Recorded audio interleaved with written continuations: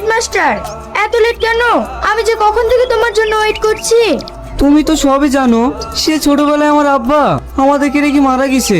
আমার মা পরের বাড়ি কাজ করে আমার পড়াশোনার খরচটুকু চালায়।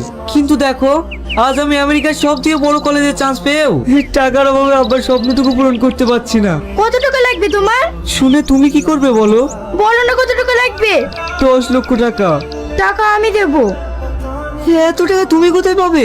তোমার সব কথা আমি মাকে বলেছি। তোমার আমেরিকা যাওয়ার সব ব্যবস্থা আমি করে দেব। তুমি শুধু আমাদের গর্ব না, আমাদের দেশের গর্ব। কি গো, তোমার চোখে পানি? আনন্দের পানি সালমা, এটা আমার আনন্দের পানি। সালমা। হ্যাঁ মা। এখন অসময়ে শুয়ে আছিস কেন? জানো মা, আজকে শাহিনের কথা খুব মনে পড়ছে। হ্যাঁ, তখন তাহলে ওর কথাই ভাবছিলিস? মা তুমিও না?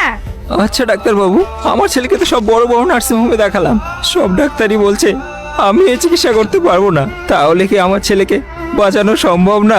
একেবারে বাঁচানো সম্ভব না সেটা তো বলিনি। অ্যালকোহল খেয়ে খেয়ে ওর লিভারের যে অবস্থা হয়েছে, তাতে আমাদের দ্বারা অপারেশন করা সম্ভব না। তাহলে এর কি উপায় আছে ডাক্তার বাবু? কিছুদিন আগেই কলকাতায় একজন আমেরিকা থেকে ডক্টর এসেছেন। ওনাকে দিয়ে যদি আপনারা অপারেশনটা করাতে পারেন তাহলে হয়তো বাঁচানো সম্ভব।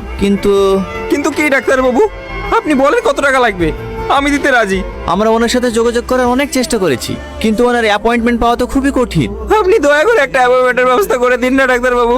আমি আপনাদেরকে একটা স্কুল মাস্টারের নাম্বার দিচ্ছি, আপনারা ওনার সাথে যোগাযোগ করুন। ওই ডাক্তার কি স্কুল মাস্টারের কথা শুনবে?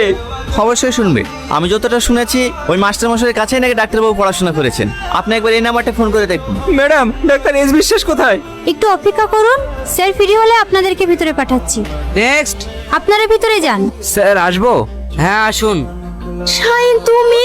হ্যাঁ আমি। মাস্টার আপনি? হ্যাঁ আমি। চিনতে পেরেছেন তাহলে? আমি তো ভাবছিলাম ট্রান্সফার করার পর আপনি আমার চেহারাটাই মনে রাখবেন না। আমাকে ক্ষমা করে দিন মাস্টার মশাই। সেদিন যদি আমি আপনার কথা শুনে আমার ছেলেকে সঠিক শিক্ষা দিতাম, তাহলে আজ আমাকে এই দিনটা দেখতে হতো না। সেদিন আপনার ছেলেকে আমি সঠিক শিক্ষা না দিতে পারলেও এই ছাত্রটাকে দিতে পেরেছিলাম, তাই ও আজ এত বড় জায়গায় পৌঁছেছে। আজ স্যারের কথা শুনেই আমি আপনাদের সঙ্গে দেখা করছি। আমি ভুল করে ফেলেছি মাস্টার মশাই। দরকার হয় জুতোগুলো আমার গালে মারুন, তবু আমার ছেলের পান ভিক্ষাটা দিন। এমএলএ সাহেব, আমার মন তো নিচু না যে নিজের প্রতিশোধ নেওয়ার জন্য একটা মানুষের প্রাণ যেতে দেবো। স্যার ঠিকই বলেছে, উনিই আমাকে কাজের অপারেশনটা করার কথা বলেছে, আর আমি এই অপারেশনটা অবশ্যই করব। শাহিন, তুমি এত বড় ডাক্তার হয়ে দেশে ফিরেছো, আমাকে একবার জানাওনি? ওসব কথা পরে হবে, এখন আজ যা রিপোর্টগুলো দাও। আপনারা যত তাড়াতাড়ি সম্ভব ওকে হসপিটালে অ্যাডমিট করুন, আমি আজই ওর অপারেশন করব। কি হলো শাহিন? বাবু কেমন আছে? বলো বাবু কেমন আছে? অপারেশন সাকসেসফুল, আজই এখন বিপদ মুক্ত।